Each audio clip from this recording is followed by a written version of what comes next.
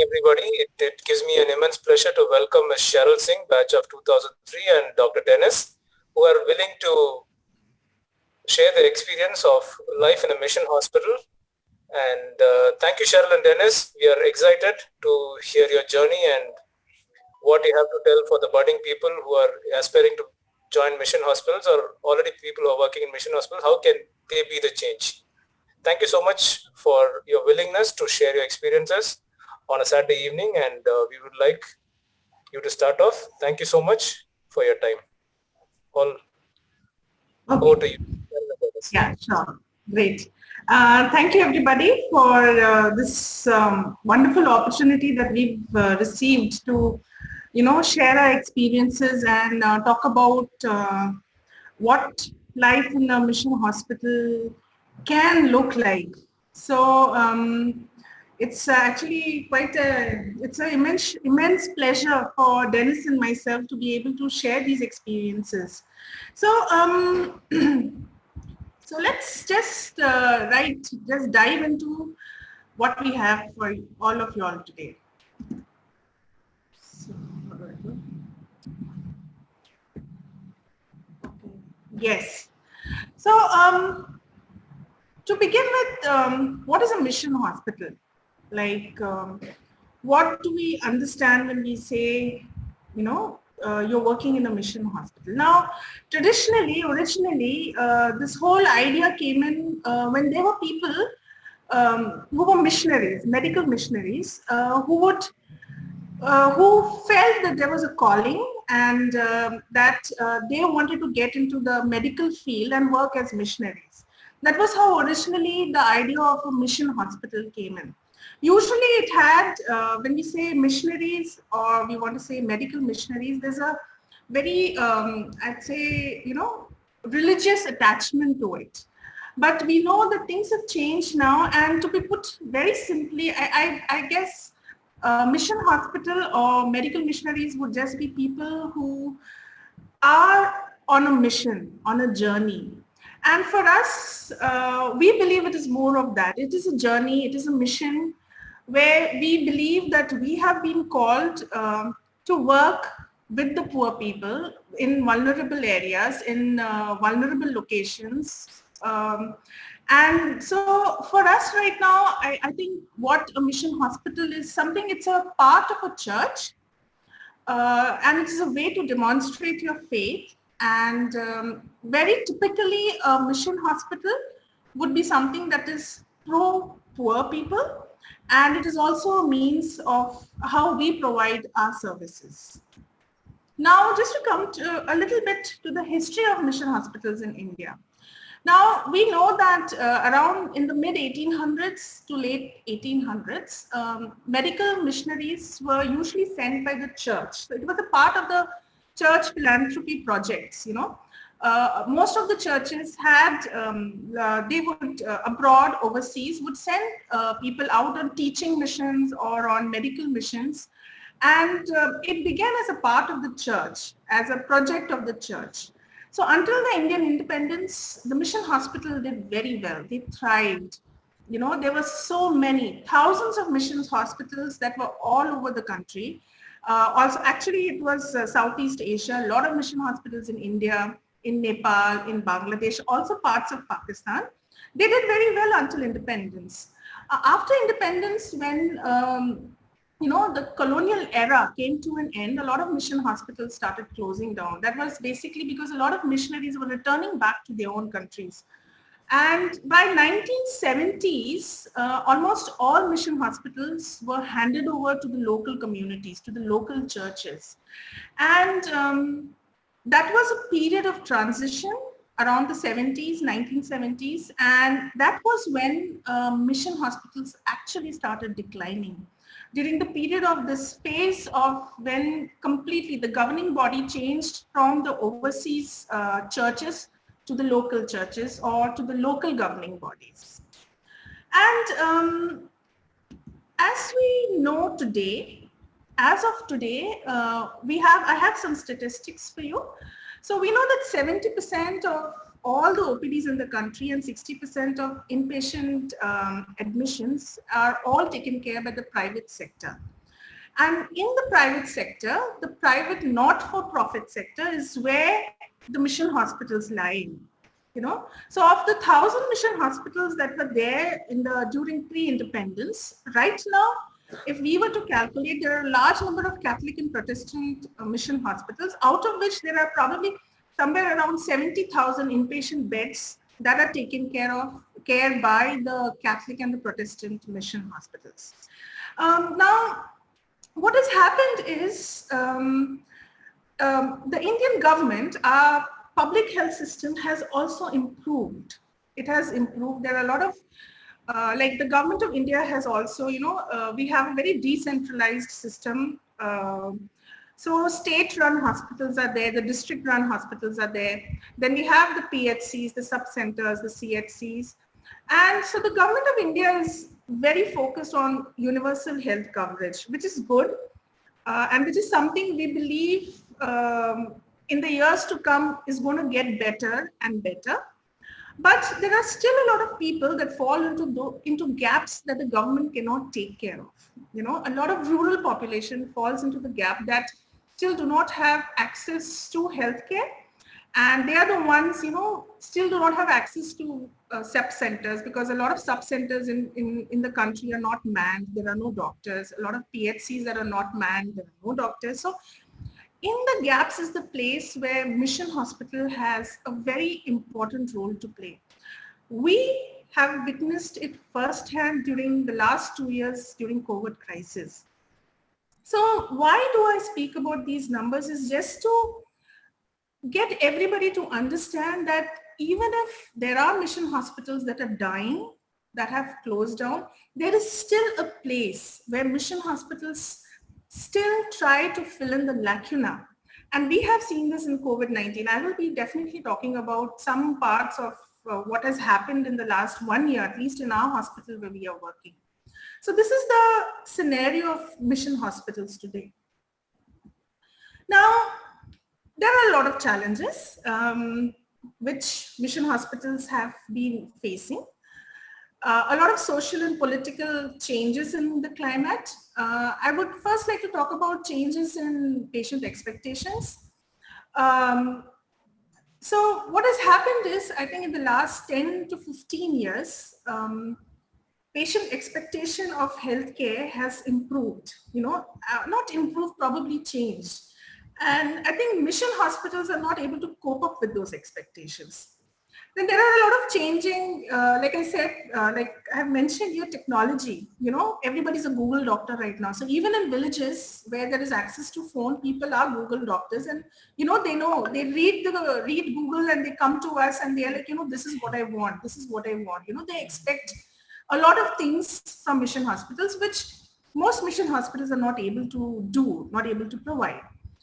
Then the other challenges that our hospitals face is governance. There's a lot of, lot of new regulations, new compliances that are required of hospitals that are required.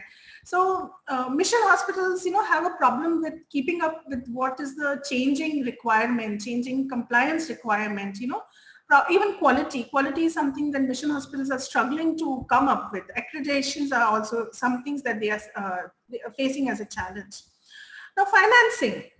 We all know that you need money to survive, to thrive. And earlier, it was very easy. Flow of money from, churches abroad would send in money for, doctors and nurses working. And so there was a very easy flow of money. Now, what happened was when post-independence, a lot of these, financing from outside churches and outside sources started declining. And which was expected. Probably the new leadership in the country of mission hospitals did not see that coming. So a lot of finances got cut off. People, hospitals did not have money. They actually went bankrupt, and a lot of people, mission hospitals started selling land, because they needed money. So that was a challenge that hospitals have faced and are still facing. Then service delivery. We know costs have gone up, and since generally most mission hospitals have a priority, or they are pro-poor, pro-vulnerable population. So since service delivery costs have increased, but you cannot proportionally increase the, your service charges. So that is where a lot of mismatch has happened. A lot of, there's a lot of finances have not reached inside the hospital, even though services were being provided. And human resources, there has been a perpetual problem of human resources. Mission hospitals do not have doctors, they do not have therapists, they do not have well-qualified technicians. So these are some of the challenges that our mission hospitals have been facing. Now, what has been the response? Now, I really feel quite happy to say probably in the last 10 years, leadership in various mission hospitals have identified these problems and they have started working on them. It's not like, So a lot of people have identified problems and they have tried to develop strategies on what can we do to, change or make our situations better. How do we adapt? How do we transform ourselves? Do we need to revisit our vision and mission statements and things like that? So a lot of responses have come out of mission hospitals where current leadership or probably the midline leadership have identified problems and tried to solve them, or at least try to find a solution to them. So what we have seen is that there's a lot of rigorous legal compliances. We have the Clinical Establishment Act, which is quite rigorous, and the government is very strict in different states that you need to be compliant. So a lot of mission hospitals are actually working towards these compliances. Also, a lot of things that are what's happening is there's a lot of coordination between various mission hospitals. There's a lot of resource sharing. For example, if we had this recently, if there's a doctor who's going on leave and, you cannot have the hospital function without a doctor. So, they'll ask for somebody else to come and pitch in for a few weeks or probably a few months. Similarly with nurses, administrators, even equipments. So, if there's a mission hospital that has these equipments, probably a laparoscope machine or a CT scan machine, not a CT, a C-arm, and, there's another mission hospital that needs that, people facilitate the process of, how do we get resources from one hospital to the other. Also, a lot of selective learning, that is something we do, selective learning from for-profit hospitals. So what are the good things we can learn from other hospitals and incorporate that into our system to make sure that we are at least, doing our bit to get our situations better. Also, a lot of empanelment from government health insurance, like the Ayushman scheme is quite popular. A lot of mission hospitals do very well taking these government empanelment schemes. Now, I was just trying to give a background of what, is the current situation of mission hospitals. And, it is not as gloom and doom as what, a lot of people think it is.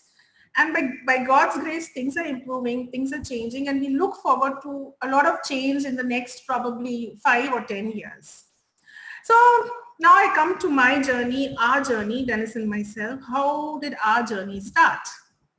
So 2009 was a year when Dennis and we got married. We got married immediately after our internship, and the first place we went to do our service obligation was Lady Wellington Hospital, Manali. So maybe a lot of you all have heard of this or probably are familiar. So this was the first place we worked in a mission hospital, and Lady Wellington Hospital is actually a thriving mission hospital. And there were a lot of things that we have picked up, learned from our journey at this place. So when we talk to a lot of young therapists, young people, OTPTs, even nurses and doctors, so there are a lot of challenges they talk about while working in a mission hospital. I've mentioned some of them. This is not an exhaustive list. I'm sure there are many, many, many. But a lot of, young people tell us that, there is no OTPT department. How do we work? How do we function here? What do we do here? Like my department does not have the basic equipment that I need, I do not have many patients. Mission hospital, you're working in a mission hospital, you're, in the bond period, your salary is just so less. How do I manage with this? People have also told us that there's no growth. If I am working in a mission hospital, I'm just stuck and stagnant. Housing is also an issue. I've come across people telling us that we do not have decent housing. How do we, continue staying in a mission hospital? And also most mission hospitals are in a remote location, somewhat remote location. They are into rural tribal areas. They don't speak our language. Everything is different. How do I work? How do I. So a lot of people actually have these ideas, and I think these are the ideas. These are, I would say, these are genuine concerns. I really know these are genuine concerns. But what we have learned in the last 10 plus years working in mission hospital, that all of these challenges have a solution to them. And what we want to talk about when we share our journeys, what can we do to make a change? What can we do? What can I do if I'm working in a setup there? There's no department. I do not have equipment, or I do not have a room. I have known of people, young people, fresh pass outs going into mission hospitals, and there's no room. Where do I set up my therapy station? What do I do? I do not have anything to work with. So I want to leave these messages, or probably give some ideas as to what we have done, what we have learned on the way, and probably encourage some of you all to, to think about mission hospitals a little different. Okay, so what can I do? So number one, very important, move out of your shell. And I put a picture of Vellore over here. So as, fresh graduates, I remember being, we are so, the experiences what we have in Vellore are, I think, probably ideal, right? Yeah. And we tend to think that, okay, when I'm going to go, wherever I go, this is what it should be like. So a lot of things, the first step, I would say, a lot of young graduates or people considering working some time in mission, please move out of your shell. Now, CMC equips us with a lot of good knowledge. Our part is to learn to apply that to our setup.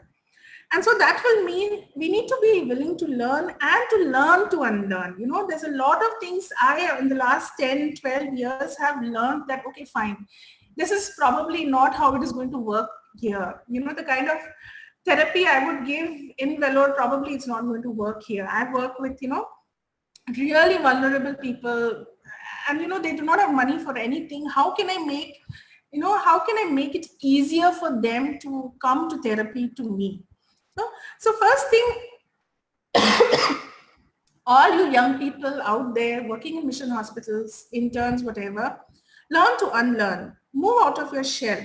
CMC gives you excellent education, but then that's not the whole of it. You learn when you're on the field, you learn when you're actually there in a setup that, pushes you to be more creative, pushes you to think outside the box. So number one is move out of your shell. This is what Dennis and I have learned. Like Dennis, I still like fresh orthopedics, and coming to Manali, he did his postgraduate orthopedics service obligation in Manali. Now he needed equipments. Now he needed so many things to operate, to be able to operate. And from people earlier, predecessors, we have learned that, make do of what you have. And it is possible to make do of what you have. You don't need a lot of things to be able to give your best to your patients. Okay, this is a little bit of public health here. But yeah, this is also what needs to be done. We need to get all the information we need. We need to be very, very, very proactive in our areas of discipline. So Aboriginal focus group discussion here, I actually mean here is when you're going to a new setup, to a new mission hospital, and you're trying to start to do something, talk to people, talk to a lot of people, talk to groups of people, try to find out, what is the need? What is the need in the community? What is the need of the people? What are the kinds of patients you see? go to the medical records, just flip through the charts and, see what are the kind of patients that come to this hospital and how can I help them. Identify key people, there'll be a lot of key people who will give you information, something like, there's this probably, I'll talk about this identifying key people. Now, I also encourage, see, when you go to a mission hospital, mostly mission hospitals are in rural or semi-urban areas, and there's a lot of disability in this area that hasn't been picked up. Even the government does not pick it up. There's a lot of mental health issues that we can work on. And these are the things I encourage you all to talk about, ask, go to people, go to the government setup, go to the chief medical officer, speak to other doctors, private practitioners, local doctors, talk to them about disability, talk to them about mental, and try to find out what are the areas I can contribute in. So get all the information you reach. The other very good source, to get information, to get ideas is the CMC missions office. We have found it to be very helpful. If there's some resources you need, education material, training material, some more, if you want to link up with other mission hospitals, or if you want to try to find out, what Vellore is doing in the field of disability, what are the community projects that are happening, missions office is quite helpful. Try to reach out to them, try to find out, and use the group. See, we have such an active Opta group. I think there's so much of discussion that is happening, and I have found out a lot of my seniors, who are so willing and ready to help.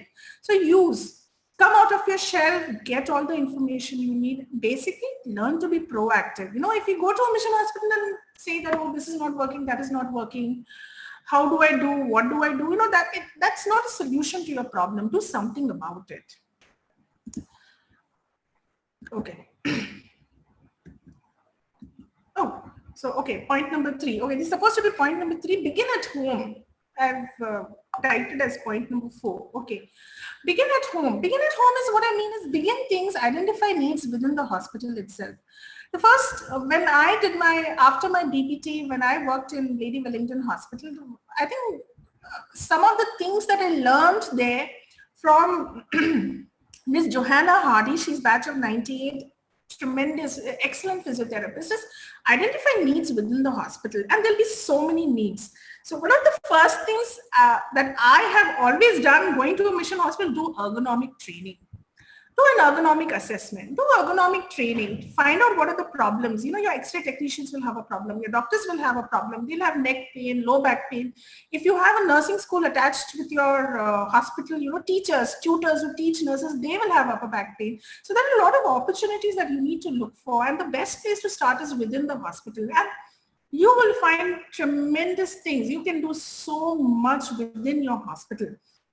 Also retired staff, a lot of retired staff, hospital staff, neck pain, back pain, osteoporosis, knee pain, you can do so much. And we have developed this, during non-corona time, we developed a small program that worked with the retired staff, and it really helped. It increased the number of patients who came to our PT department.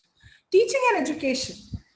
I think that is also one area where as therapists, we have such an important role to play within a mission hospital setting. Most mission hospitals have a nursing school attached to it, So we can help, we can contribute. I remember teaching, the musculoskeletal system to the nursing students, first year students, and you can also be of great, of great help in your in-service education. A lot of our nurses do not know how to transfer patients. They do not know how to, even our ward boys do not know how to transfer patients. Ward aides do not know. So a lot of in-service education can be done. You can do a lot of training and teaching to people within the hospital. And I think one of the biggest, one of the biggest way of advertising is the word of mouth. It's a old school way. It just works so well. So once you're doing all these things, people will talk. People will talk. They will talk and tell it to each other. There's a therapist and we are learning this. We are doing this. Okay, you've got a back pain. Why don't you go and see? You've got some tingling sensation in your hand. Why don't you go and see the therapist there? And this is what we have done. in the last so many years, we have, uh, found the target population within the hospital and used them as a means of, how they would advertise, and they would go out and tell people to get in more people to work and to add to what you are doing. Now, as I said, reach out. Okay. When I'm saying reach out, let people know, a lot of time what happens is we start thinking about, getting patients inside the OTPT department. But we need to understand there's a lot more we can do outside of that shell, out of the department, And that is something I would encourage all of you all to think about. Now, when I was working in Manali, I worked there for 2 years as a physiotherapist, and there were a lot of TB patients that would come in, lots and lots of TB and COPD patients.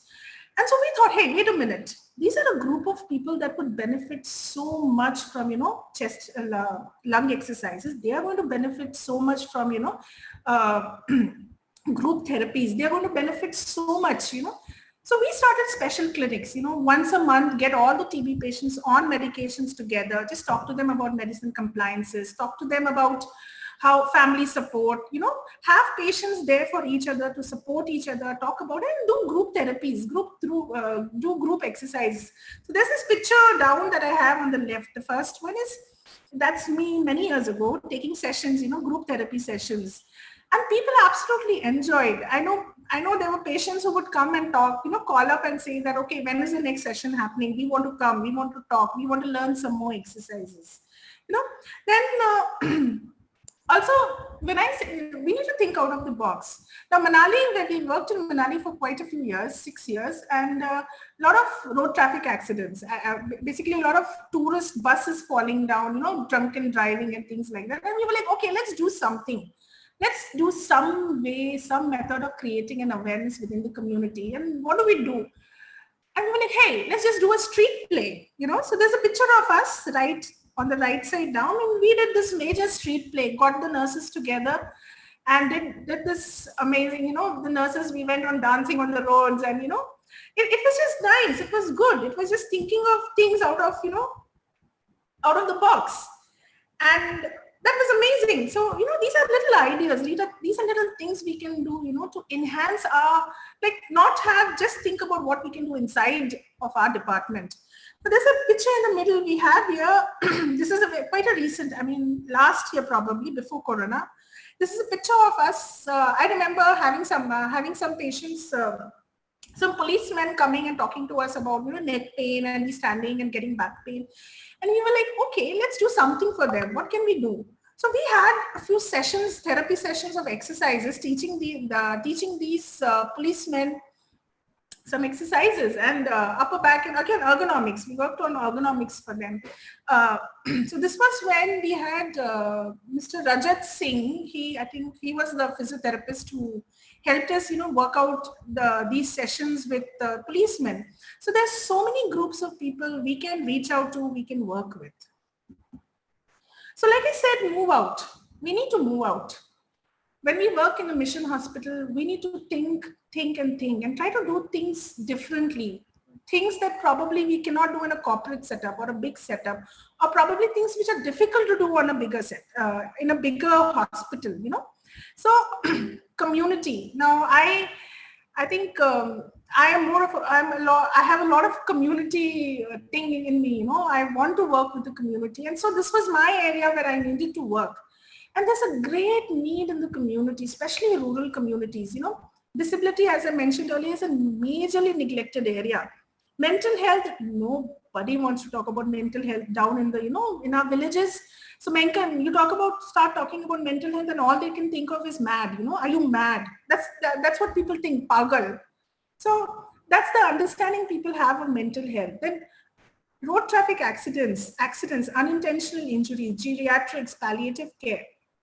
And I believe that all these areas, all these domains, so there are a lot of, there are a lot of issues in the community. And I think as therapists, there is so much that can be done, And we are just not, I think once a lot of I'm sure a lot of young people do very good, they do so well in mission hospitals, but there's still a lot that can be done. And I think we are not reaching a potential. And so let's go on. I would like to talk about how our journey has been so far and what has been our learning lessons. What is it that we have learned? Now, over the last couple of years, I guess couple of years as in from 2009 onwards, we have met some amazing people doing outstanding work in mission hospitals. Um, the list is just so long. People have devoted their entire lives working in the rural area, working with the Adivasis, working with vulnerable communities. I mean, I could name Dr. Johnny Oman, Dr. Binayak Sen. I could talk about Johanna, who's done such an amazing job, outstanding job. We have so many counselors and pastors and, just people have done amazing things. And we feel so, that kind of makes us appreciate missions and what mission hospital, the potential that it has. And there's so much that is still to be done. And these people have this is a small list actually. There are just so many people. We have also learned that, challenges are many. There are many challenges. And you can describe your challenges, but the joys that we have found in mission hospitals is just beyond description. We work so closely with the community. Most of the patients, we know them by their first names. When you go to villages, there are children running and coming. They understand. They see the hospital vehicles. They know people. They know people. Now, it so happened before Corona times when I was going to a lot of villages. People started calling me Amma, Mata, Amma, and I was like, oh please, I had such older ladies calling me Amma and Mataji, and I'm like, okay, fine, and then I realized, there's so much of love you receive from them, and it's just so humbling. Your patience and the whole, you go to villages, you go to their homes, they make you sit next to cow sheds, and they'll just milk the cow and make you tea, right then and there. So there's been so much of joys in working with Mission Hospital. All your patients, they know you, they come and meet you. There are places, when patients come and recently there were people we knew, and I think a few months ago, and they just wanted to thank us and show their gratitude. So they get homemade things. They get chicken. We had someone bring two roosters for us. So that's just this. It's very humbling. It's a very beautiful mission hospital experience. I'm sure people could have experienced this elsewhere, but there was something very special that we have experienced with working with communities so close. And friendships, the kind of friendships you develop, you live as a family, the entire hospital as a family. You know them, you know their problems, you sit together, you talk together, and if there's a problem with somebody. So the hospital is a small community, and when you're not locked down in Corona, you're baking things for each other, you're cooking things for each other, you're just checking on each other. And that I feel is something very beautiful about working in a mission hospital. Now, as what I have also learned is a lot of us want, young people who've spoken to us, mission hospital should change, there needs to be change. And I always have felt, it does not need to change, we need to change. Our perspective of things need to change. We've done things we just did not ever imagine us doing. Like I said, we did this road show and dancing on the roads, and we've never imagined doing things like that. The picture here in the middle is a picture of my husband. My husband was in a mission hospital, when we were in Manali, and he had this opportunity to, be the team doctor for a group of people with disabilities cycling expedition from Manali to the highest mountain peak of the country, of the world, I guess, the Kardunglavas. So now there's unique opportunities that Mission Hospital presents me. So the group went on a cycling expedition, and Dennis had people, you had above knee amputees, and you had people with visual impairment, cycling. And that was such a unique opportunity. So mission hospitals, even today, present you with challenges and makes you do things you would have never imagined doing. I never in my life imagined, going from PT into public health and now into hospital administration. I had never imagined doing that. But challenging situations, and it pushed me to the limits. It has pushed my husband to the limits. And I think we are just learning so many beautiful things here. And we never imagined to be able, like this second wave of COVID-19 hit us so hard, and where we had to become a COVID center. Now see, our current hospital, my husband Dennis is the only senior person. He's the only senior doctor over here, and he's an orthopedic surgeon. Now he had to take care of a COVID center. We never imagined doing that. Now I have, it's been such a long time since I, have checked blood pressure and met patients, and I was pushed into that situation. I had to just practice how to take BP. I had completely forgotten how to do it. So it has pushed us. We have learned so much, and I think we have experienced things that, beautiful experiences. So that is what Mission Hospital can push you into doing. Then I think one of the biggest lessons that we have learned is God provides. He provides. A lot of people tell us, Mission Hospital salaries are so less. How do you manage? And I think this is an answer we have for them, is that God provides. He has provided all our needs. In fact, I can also say He has also provided a lot of our wants as a family, as a couple, and also as a hospital. Corona times was such challenging times, but we were able to do so much. We were able to, because He provided us. Like oxygen was such a big problem for us. We were running out of oxygen. We were traveling 40 kilometers up and down. Our vehicles, hospital vehicles were going 2 and 3 times a day. We were all working 24 hours a day. And what do we were like, God, how can we manage? This is just too much for us to do. How do we do? What do we do? And God has provided. God provided us with an oxygen generator plant. He provided us with, friends and family wishes. A lot of people came forward to help us. A lot of Opta seniors came forward to help our call in desperate times. We were provided with everything, with PPE kits. We were provided with hand sanitizers. We were provided with oxygen concentrators, oxygen generator plant. Somebody just came out and said, okay, we want to give you an ABG machine. Somebody just came out and and told us, do you need some more monitors for your ICU? Wow, got a BiPAP machine. Okay, fine, we'll give you 5 BiPAP machines. So all our needs, personal, family, our hospital needs were taken care of.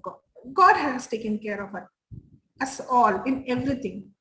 So our journey in Mission Hospital has been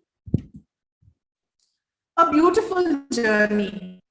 It has taken us to, so many parts of the country. We have been connected with so many people.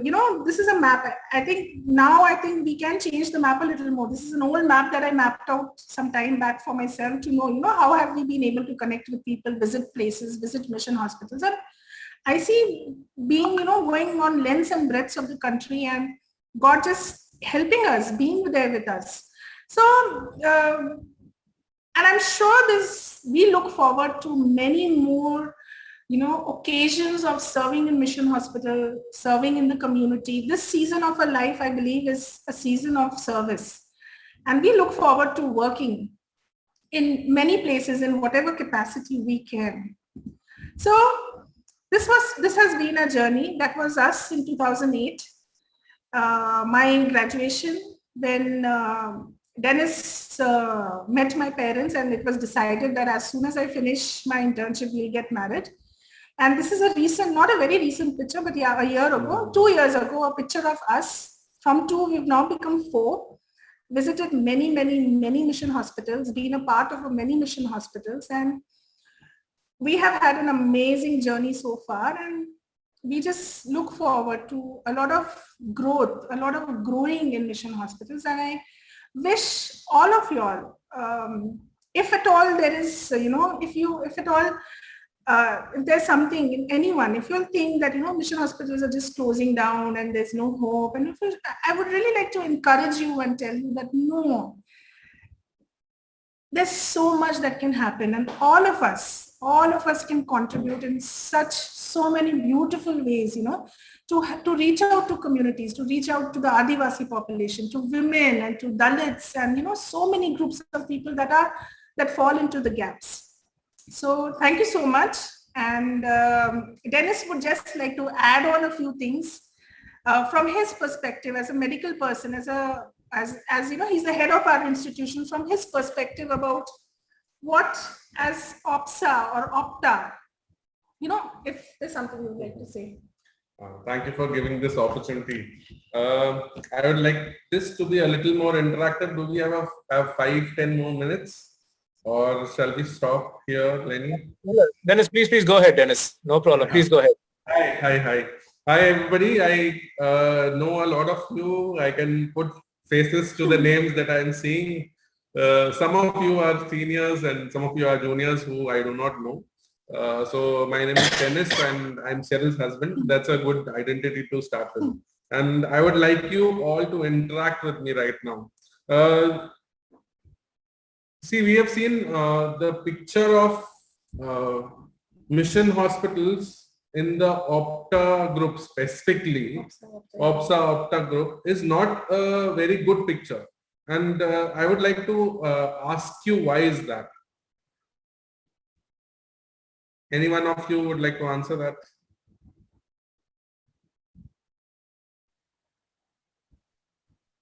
Dennis, I don't know how to answer because I never worked in a mission hospital. So probably the floor is open for people to share probably your concerns or any challenges that you've faced.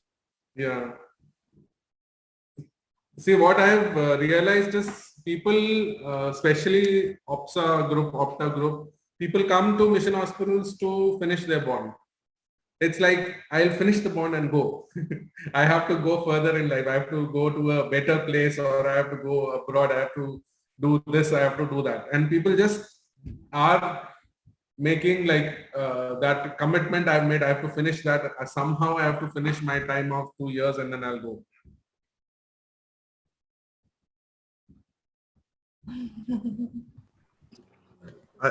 This is Joshua here. I admit that was my my thoughts when I finished my internship. I was waiting for that 2 years to get over, and I admit that's what I did actually.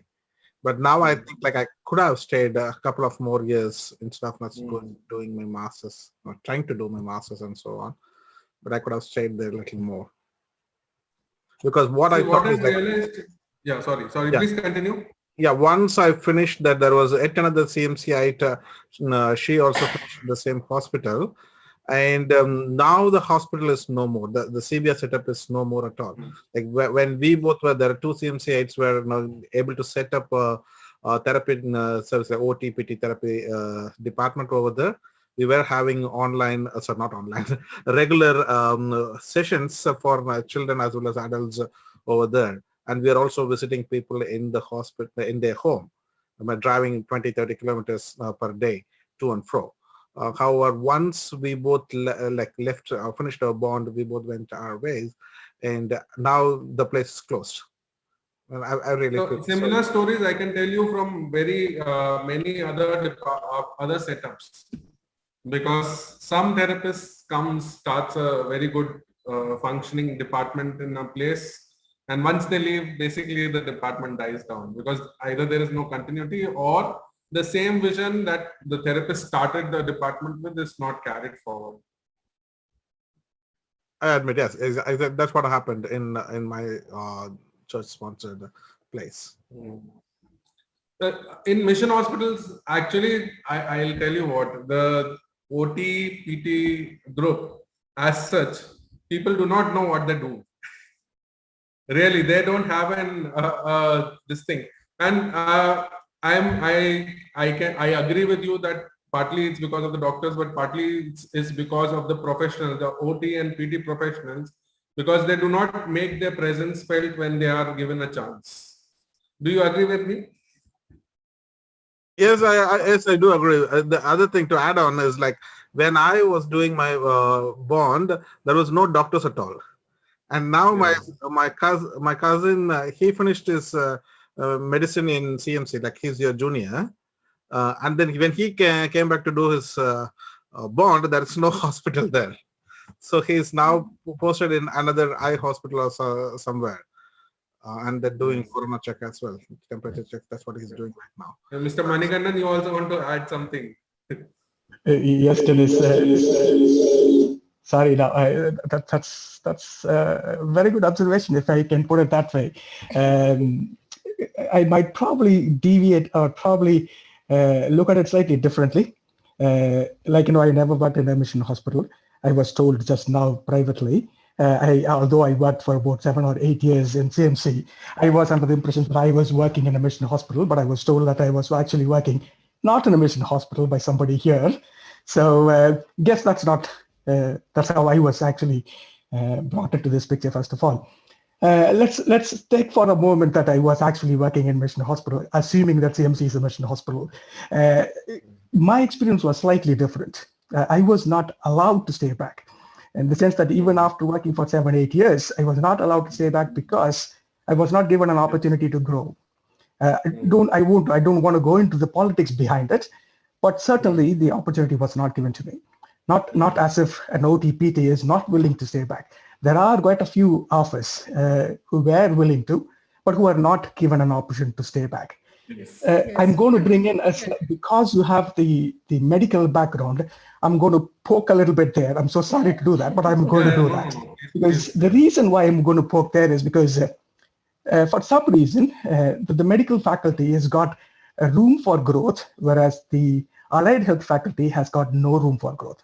Most of the times, we being the allied health professionals, in my own experience, I see the oppression is from the medical faculty, not necessarily from the underprivileged allied health faculty. So when you put it in a way that, as if the blame is on the OTPs, and that's how I perceived it when you actually asked the question, the honest answer is it's not that. It's actually the oppression by, unfortunate, the health background being supervised by the consultant groups who do not like to have the freedom given to the expertise who do have the expertise actually from the OTPT field. So what is your take on that, Denise? Yeah. That's not the picture everywhere. If I would like to put it like that. It's not the picture that you can see in all the institutions. I think the major issue is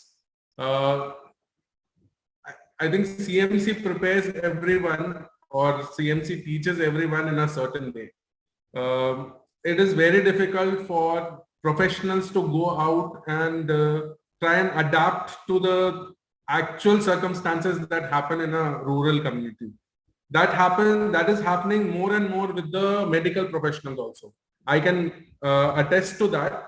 It is happening with great difficulty. I can say that even our PG students now, they are not attuned. Once they come after post-graduation, they are not attuned to what is happening in missions or what is happening in rural areas. They are so used to writing investigations, getting the labs, all the labs, and getting all the antibiotics and all the medicines, that once they come here, they find it so stressful to not be able to do all that, to get in that small area. But I would like to put it as a challenge to you guys, because you are all teachers. You are all teachers and you are all in position where you can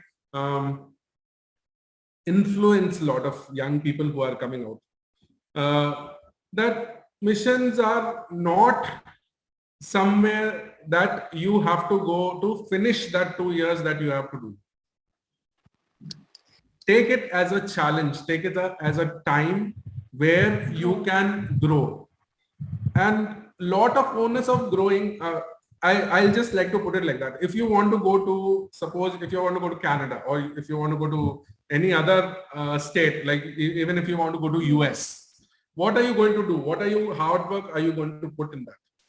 You are going to go, you're going to write exam, you're going to write, you're going to go appear in interviews, you are going to put in some research work and do all that. Why not put those 2 years that you are here, instead of preparing for the states or whatever, put that much amount of work in these mission hospitals when you come. And you will find there are tremendous benefits that you get. More than that, not you, the community that you go and serve, they will be benefited by it in measures that you will not be able to understand. So I would like to challenge you all, because you are all seniors and you are all professionals and you affect a lot of people and come across a lot of juniors. Please teach them to accept these 2 years as a challenge rather than a stopgap that is there before they go on to further professional developments. If they can take this as a challenge, this time as a challenge, that into this 2 years, I have to do what I can do best. And second thing is, I think we have to get them out of the mold of CMC, that, okay, the patient will come to me, I will have to see this patient and I will have to send this patient. They have to get out of the mold. They have to understand the patient. In mission hospitals, we have to understand the patient, where the patient is coming from, how much they can pay, what they can do. Can they come for therapy for 5 days? They cannot come for therapy for that. What can I, which way can I mold my therapy better? And I am telling you, this is only physiotherapy that we are talking about. I have not started about occupational therapy, because occupational therapy is such a big need in mission hospitals. Yes. I am telling you, and I recognize that if we had an occupational therapist, we would have done such tremendous things. But the problem is there is no occupational therapist available. We do not have. We are lucky to get a physiotherapist, MPT, who is not from CMC, either of CMCs. He is not a mission hospital, this thing. He is graduate from where? From government, PGI, GMC, that Calcutta PGI. And he's done his MPT in ortho. And he wanted to move to missions because he's a Christian and he's been brought. So he wanted to move to missions, and we have him, and we have seen this department growing. We have at least 30 to 40 patients every day coming to him. One person who is managing these 30 to 40 people every day. And we have so much we can do. We want to send him to community, but he doesn't have time. He's so swamped with the patients that he has. So we may need to get another therapist. But the problem is we are not getting a therapist. We do not have anybody who's done physiotherapy or occupational therapy in the group. And to get another person, it's very difficult.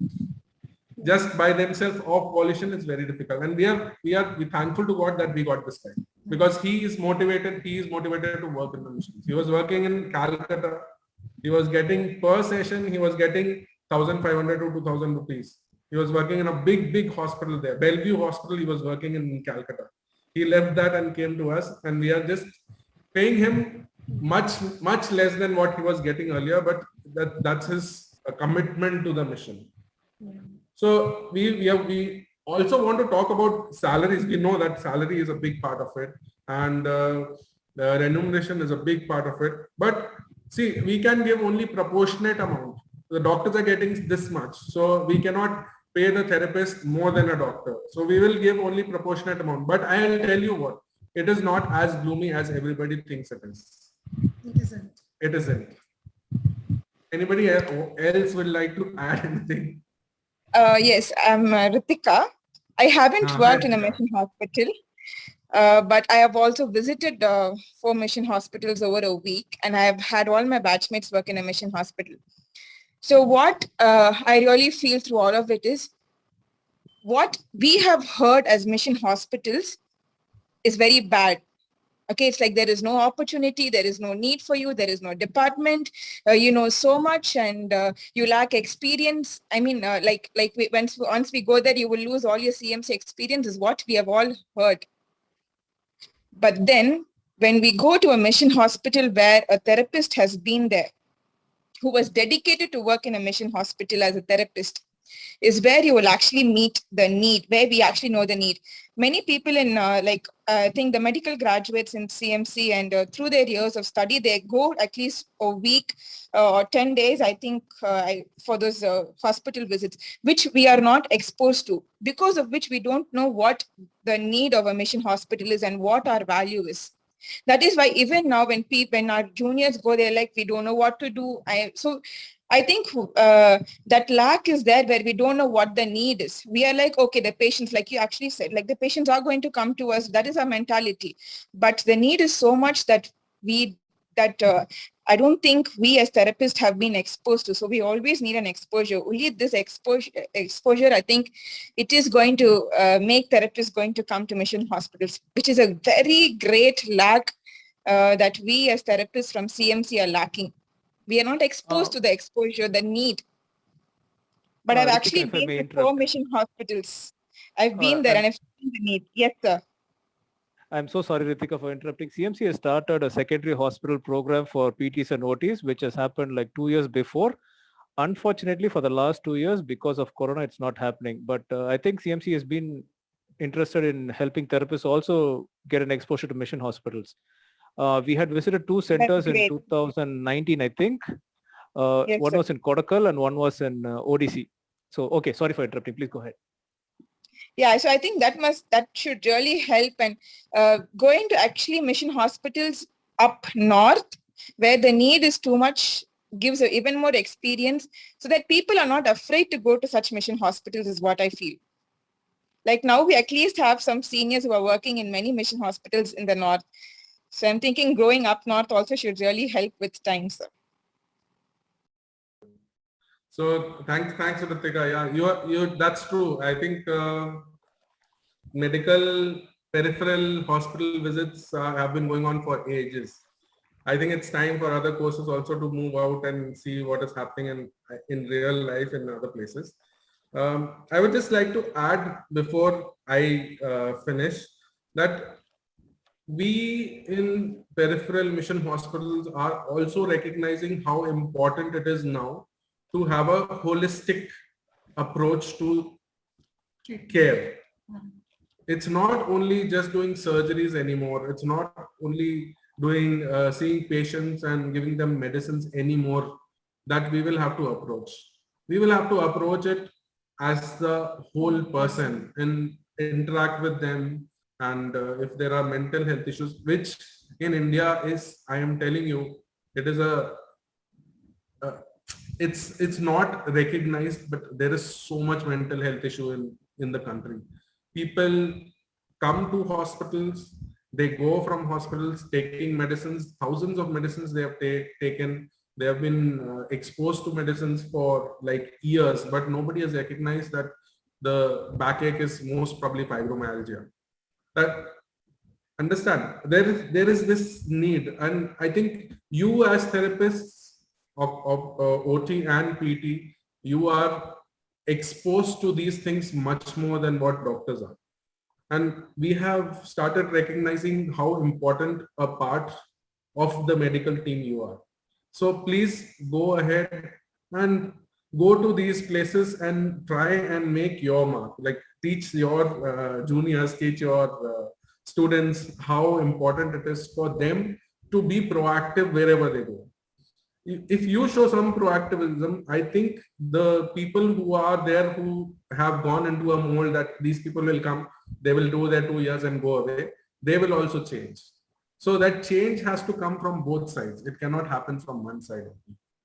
So I thank you for this opportunity to both of us to interact with you guys. And it was nice seeing so many people, not seeing, but hearing from so many people who I have seen before. Thank you. Thanks, Dennis and Sharel. I just wanted to tell you guys, like, yeah, we need to change the attitude of our students.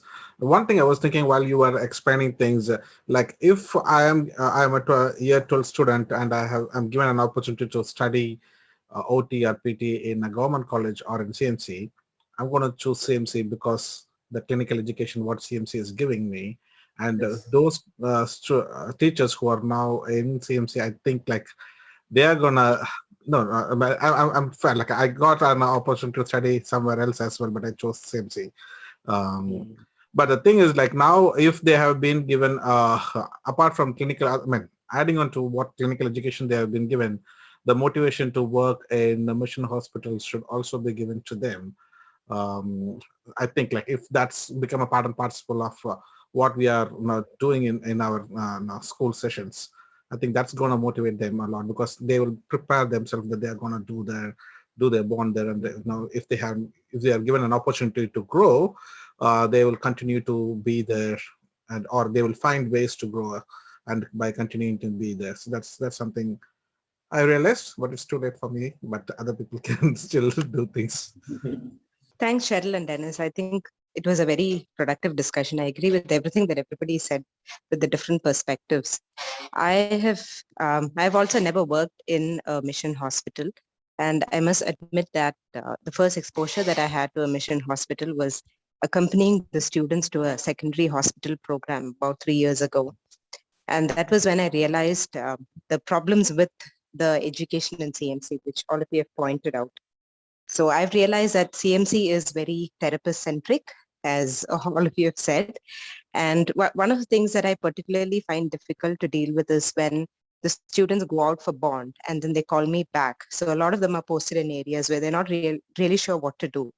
But one of the things that I find particularly challenging is the attitude. So they tell me things like, ma'am, I'm asked to do something that I'm not trained to do. I'm asked to work as a nurse, or I'm asked to just go into the road and gather up people who are substance users, or go to the police station and take them straight to therapy. One of the attitude is that why should I do all this? I am trained as a PT. I'm trained as an OT. Why should I do it? So one of the ways in which I have tried to change my teaching of students in CMC, because whatever said and done, there's only so much of teaching you can do when in CMC about secondary hospitals. But one of the things I try to bring about is an attitude change, because in CMC, as you said, we are so used to having everything given to us, and we have these narrow professional roles, but that doesn't work when we go out. A lot of times we will have to do things which we are not trained to do, or we need to do because we have to look at what needs to be done. So one thing that I've been trying to teach my students over the last 3-4 years is that when you go out into the community, it's not about, is this my job as an OT? It's about what requires to be done. And if it's something that is not really something that you've been trained as, but still requires to be done, I think you need to take the call of just doing it anyway. That's just my input. Thank you. Thank you, Rima. And I agree with what Rima was saying. It's actually becoming a big thing, especially in the UK. It's about thinking, why should people do uni-professional stuff? And professions are, as unions, are very protective of it. They always want to say, OT is best, or physio is best. That's what they are meant to be doing. But at the end of the day, patients actually don't care whether a physio sees me or an OT sees me. They just want that care, and they want to get better. They want to be able to go off and be independent. So I think as a mindset, what we actually need to develop is patient-centered care. What can I do to make that person better? What can I do to make their care better? And I think that's the crucial link that's missing. So we don't have these professional silos. And in resource-poor settings, you won't have a physio and an OT and a medic and a nurse, which is what people in CMC are used to. Yes, money likes calling it a corporate hospital, which I think I agree with nowadays. But they have the resources. We're spoiled for choice, as it were. And that's the mindset that we should change. And Rima, you seem to have started making that change, trying to think about it in terms of patient-centered care as opposed to profession-centered care. And thanks, Dennis and Cheryl. It's been a brilliant presentation. Thanks. Thanks. Thank you, everyone. Thank you. I'd just like to add, like in CMC, when we were there, we just, when we are in theater, we just put our hand and the instrument will fall in our hand before we operate. Here, basically, you are your scrub nurse. You have to arrange the whole OT table, and you have to look for your own things and see if the C-arm is working or not, or C-arm, how to put the C-arm. You have to start everything. In CMC, everything is there. But I know that has to change. That has to be a personal centric thing. And I know that mission hospital is not for everybody. Everybody cannot fall into that mold. But there will be a few people who will stick on, like I always like to give example of Johanna. You guys know Johanna, 97, 98 or 97 batch. Yeah. She stayed on in a mission hospital. She made a tremendous impact in that area. Yeah, she chose to stuck on. You know? So I think there will be a few of the people who will stick on and who will make a tremendous impact. And it is a small thing for us when we talk about them, but it's a very, very big thing for the communities that they are in. So just take that as a message from this talk if you are taking, and please teach it to your juniors. Thank you.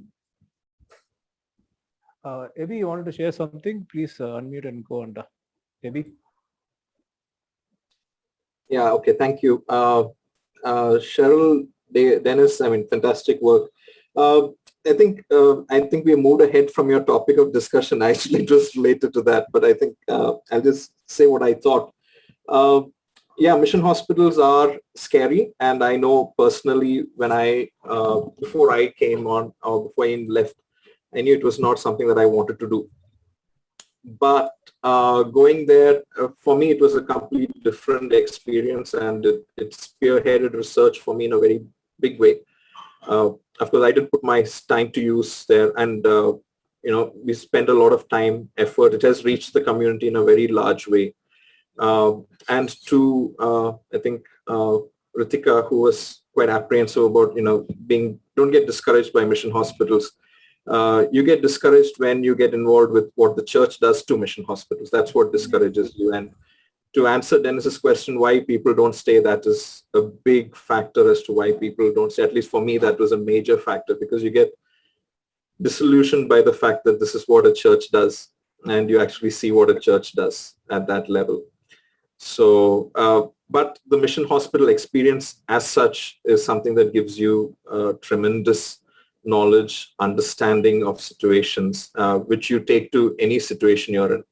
I know you were talking about, not having resources, and I'll just tell you, I work in a university hospital and I don't have resources for my cardiac rehab. So it's as good as working in a mission hospital. I actually had more in my mission hospital than I did here.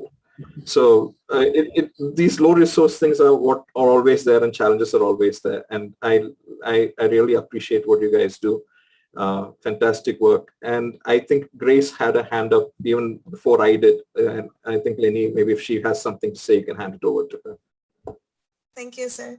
I just wanted to say thank you, Sharel and Dennis, sir. That was a really nice presentation. I had an opportunity to, because I currently work in Kulu, so I was able to visit Lady Wellington recently, and the work that both of you have done is still like leaving a lasting impact. So like hats off to both of you. I wish I was here when you were here. That would have been really nice. And I hope to visit your mission hospital soon. I'd like to help and contribute somehow as an OT. That would be great. I think I'm really impressed by what Rima ma'am said, is trying to change that mindset, and I completely agree with that.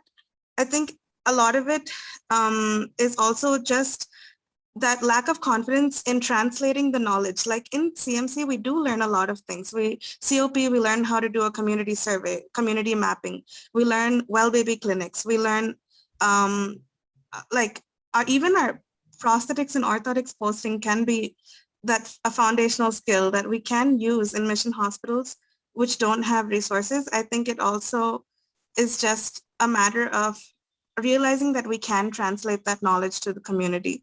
Having the confidence to do so. That can be instilled maybe when we're interns. It takes a good team to do that, but we do have the knowledge and the ability to do it. So I appreciate your presentation, and I'm glad I could make it. Thank you. Thank you. I would like to add what Abraham was saying. He's completely right.